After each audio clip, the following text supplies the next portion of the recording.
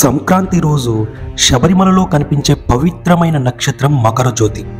మకర జ్యోతి అనేది ఏటా జనవరి 14న మకర సంక్రాంతి రోజున సాయంత్రం ఆకాశంలో కనిపించే నక్షత్రం.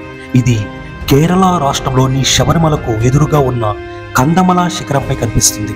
ఈ నక్షత్రాన్ని చూసేందుకు భక్తులు ఏటా 41 రోజులు ఉపవాస దీక్ష చేసి శబరిమలకు వెళ్తారు. తన భక్తులను ఆశీర్వదించడానికి అయ్యప్ప స్వామి మకర జ్యోతిగా దర్శనమిస్తాడని నమ్ముతారు. మకర జ్యోతి నక్షత్రం జనవరి 14 లేదా జనవరి 15 మకర సంక్రాంతి నాడు సాయంత్రం 6 గంటల నుండి 8 గంటల మధ్య శబరిమల నుండి 4 కిలోమీటర్ల దూరంలో ఉన్న పొన్నంబలే మేడు నుండి మకర జ్యోతి వస్తుంది. మకర జ్యోతి అనేది ఆలయానికి 4 కిలోమీటర్ల దూరంలో ఉన్న పొన్నంబలే మేడు కొండపై 3 సార్లు కనిపించే దీపం. పూర్వ సంవత్సరాలలో పొన్నంబలే మేడులో మకర జ్యోతి రోజున గిరిజనులు చేసే పూజ ఇది. ఇప్పుడు దీనిని కేరళ ప్రభుత్వం ట్రావెన్కోర్ దేవస్వం బోర్డు అటవీ శాఖ మద్దతుతో చేస్తుంది. కేరళ హైకోర్టు వాస్తవాన్ని ధృవీకరించింది. కేరళలోని ప్రసిద్ధి శబరిమల ఆలయంలోని మకర విల్లక్కు మానవ నిర్మితం కాదని కేరళ హైకోర్టుకు సమర్పించిన వివరాల ప్రకారం పెరియార్ టైగర్ రిజర్వ్లో ఆలయాన్ని నిర్వహిస్తున్న ట్రావెన్కోర్ దేవస్వం బోర్డు ధృవీకరించింది. ఇది సాంప్రదాయకమైన ఆచారం కాబట్టి దీనిని తొలగించలేమని బోర్డు కోర్టుకు తెలిపింది. కాంతి కనిపించే పొన్నంబలే మేడులో మకర విల్లక్కుకు బదులుగా దీపారాధన నిర్వహించాలన్న బోర్డు విజ్ఞప్తిని న్యాయమూర్తులు తొట్టతిల్ రాధాకృష్ణన్ శేఖరలతో కూడిన ధర్మాసనం అనుమతించింది. మరక విల్లక్కు గురించి బోర్డు అంగీకరించిన దృష్ట్యా ఈ అంశంపై తదుపరి విచారణ అవసరం లేదని కోర్టు పేర్కొంది.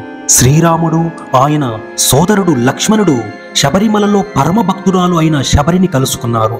శబరి పనులను రుచి చూసి రాముడికి సమర్పించింది. రాముడు వాటిని సంతోషంగా హృదయపూర్వకంగా అంగీకరించి తిన్నాడు. అప్పుడు రాముడు తపస్సు చేస్తున్న ఒక దివ్య వ్యక్తిని చూశాడు.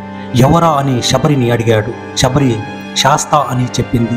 రాముడు శాస్తా వైపు నడిచాడు. తరువాత ఆ యువరాజు రామునికి స్వాగతం పలికేందుకు లేచి నిలబడ్డాడు. ఈ సంఘటనను వార్షికోత్సవాన్ని మకర విల్లక్కు రోజున జరుపుకుంటారు. మకర విల్లక్కు రోజున ధర్మశాస్త్ర తన భక్తులను ఆశీర్వదించడానికి తన తపస్సుకు విరామం ఇస్తాడని నమ్ముతారు. భారతదేశంలోని అత్యంత ప్రసిద్ధి పుణ్యక్షేత్రం శబరిమల అయ్యప్పను ప్రతి సంవత్సరం 50 మిలియన్ల మంది భక్తులు సందర్శిస్తారు. ఈ కార్యక్రమాన్ని చూసే భక్తుల సంఖ్య ప్రతి సంవత్సరం పెరుగుతూ వస్తుంది. 1999, 2011లో శబరిమల వద్ద జనవరి 14 మకర జ్యోతి రోజున 2 పెద్ద తొక్కిసలాటలు సంభవించాయి. ఆ తొక్కిసలాటలో చాలా మంది మరణించారు. 1999లో తొక్కిసలాటపై విచారణ జరిపిన justice T Chandrasekhara Menon committee Makara Jyothi ప్రామాణికత వివరాల జోలికి వెళ్లడం మానుకుంది. మకర జ్యోతి అనేది విశ్వాసానికి సంబంధించిన అంశమని విచారణ చేయలేమని కమిటీ పేర్కొంది. ఆ సమయంలో జస్టిస్ చంద్రశేఖర మీనన్ మకర జ్యోతి వాస్తవికతను విచారించారు.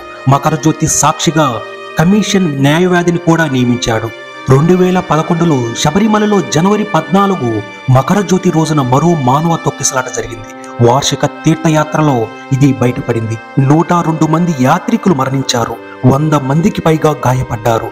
ఈ తొక్కిసలాట తర్వాత మళ్లీ చర్చ జరగడంతో కేరళ హైకోర్టు మకర జ్యోతి మానవ నిర్మితమా కాదా అని తెలుసుకోవాలనుకుంది. శబరిమల నుండి కనిపించే ఈ కాంతి పవిత్రమైన ఖగోళ కాంతి అని తేల్చి చెప్పింది.